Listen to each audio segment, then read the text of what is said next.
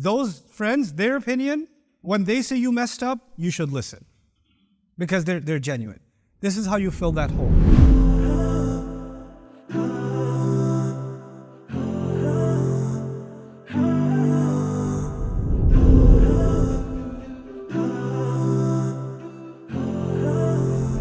There are no holes in the soul because the soul is from the amr of Allah.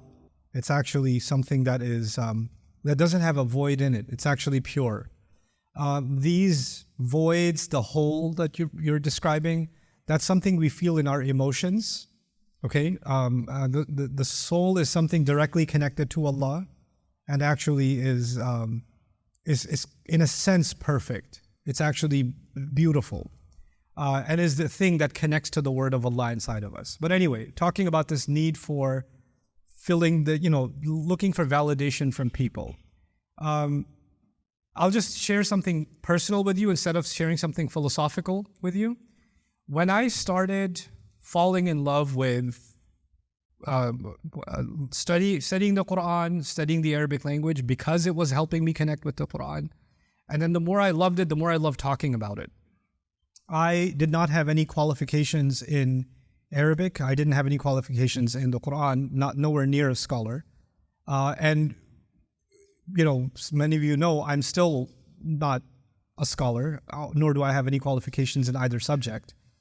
But when I did start studying and learning and asking questions, one of the things that I noticed very common in the Muslim community is that we're always looking for some kind of validation, right? So it's not, the idea itself is less valuable, it's who is presenting the idea that's more valuable.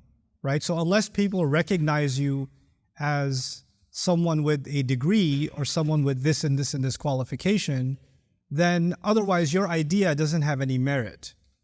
Now, the interesting thing in Western education, it's not the degree or the title that has value, it's the idea that has value.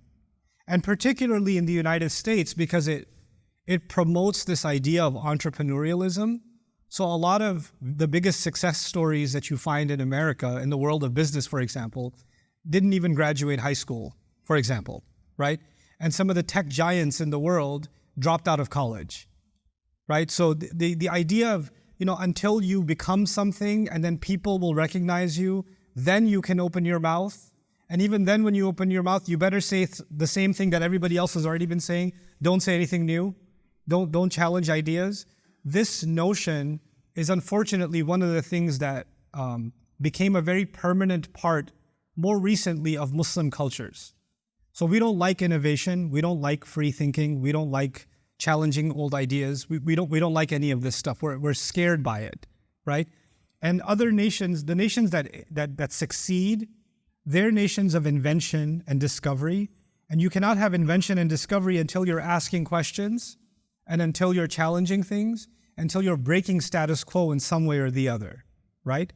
Now, what's crazy to me, my own, and I'm very aware that I'm not a scholar, and I'm very aware that I can be very wrong about my conclusions. I'm very conscious of that. I work with scholars, right? But self-awareness is the first part of this. I don't need anybody else's validation, but I also need to know my own limits. Like some things are just beyond my understanding or beyond my qualifications. I can't touch them. I'm not capable, right? But beyond that, what's really interesting, I just had a wonderful conversation with the faculty in the Quran and Sunnah department and the Islamic studies programs and some of the heads at this university about the Quran studies and the future of Quran studies at this university and some of the things that can be done. And at one level, they really enjoyed the conversation. I really enjoyed the conversation. But on another level, it's kind of shocking because I'm not anywhere near their qualifications, right? I'm just presenting new ideas, but now there's a change happening. People are ready to listen to ideas, right? And now coming back to your question about feeling like there's a hole inside, whether it's about educational qualifications or it's about in the family, what happens? The older brother has more valid opinion because he's older, right? Or, you have the elders know better. Or somebody has more value just because society decided this one has more value or that one has more value. And we subscribe to that idea. We accept these definitions. And because we accept these definitions, we create a hole in ourselves, right? You internally, inherently, you have to reject that your validation comes from somewhere outside, right? It has to come from within you. But if you say, I don't need anybody else's validation, I'm awesome by myself, then you become a mini Fir'aun too, right? You don't have the pyramids, but you got a Fir'aun problem, right? And that's what's happening online a lot. Believe in yourself. Speak your truth. Doesn't matter what the haters say. Actually, sometimes it does matter what your critics say because they're making a valid criticism. They're saying, hey, you're a little crazy. You can't define me. My crazy is actually genius. Maybe crazy to you, but it's genius to me. But this is the other extreme, right? One is, I don't care about anybody's opinion, which is what's happening now. Or my entire definition of myself comes from other people's opinion. What's the balance? What is this deen teaching us? The Quran and Sunnah say very few things, but those few things are so powerful. So, for example, the Prophet ﷺ says, Al-Muslim mir'atul Muslim, right? The Muslim is the mirror of another Muslim. You know what that means? Some people in your life see you for who you are. Because a mirror sees you for who you are. If there's a stain, it sees a stain.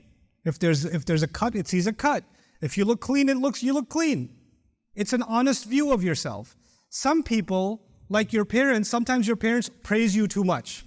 Oh, my boy is so perfect. He's so perfect. He's so perfect. You smell like old garbage, and they're like, my boy is so perfect, so perfect, so perfect. That's not a mirror, is it? It's a false perception of self. And other people are criticizing you all the time, no matter what good you do. You could be a treasure and they see you as garbage. They're not a mirror either. So what is a mirror? Someone in your life that actually sees the good in you and sees the bad in you and are honest about it. They can be honest with you about it. Those are the people whose opinion matters. Everybody else doesn't matter. So for example, right now, you guys, if you hate what I say or you love what I say, I don't need your validation. I don't need your applause. I don't need your criticism. Means little unless it's intellectual criticism, it means little to nothing. There are very few people in my life whose criticism or whose praise means something to me. Who are those people? I had to qualify them because are they a mirror or not? If they're not a mirror, their opinion becomes less valid. Sometimes people in your family are not mirrors. They only see the negative in you. There are people like that. You know what? Their opinion shouldn't matter to you. It shouldn't matter because they're not mirrors. There are other people. Sometimes you have friends that are very genuine with you. Those friends, their opinion, when they say you messed up, you should listen because they're genuine. This is how you fill that hole. The problem is now we don't have genuine relationships in our personal life, so we're looking for artificial fillers outside. So everybody's posting emotions online so somebody can say, oh, I feel you. No, you don't. You don't feel anything. So I hope that answers a little bit. I hope you guys enjoyed that video clip. My team and I have been working tirelessly to try to create as many resources for Muslims to give them first steps in understanding the Quran all the way to the point where they can have a deep, profound understanding of the Quran. We are students of the Quran ourselves, and we want you to be students of the Quran alongside us. Join us for this journey on BayyinahTV.com, where thousands of hours of work have already been put in. And don't be intimidated, it's step by step by step, so you can make learning the Quran a part of your lifestyle. There's lots of stuff available on YouTube, but it's all over the place. If you want an organized approach to studying the Quran beginning to end for yourself, your kids, your family, and even among peers, that would be the way to go. Sign up for BayyinahTV.com.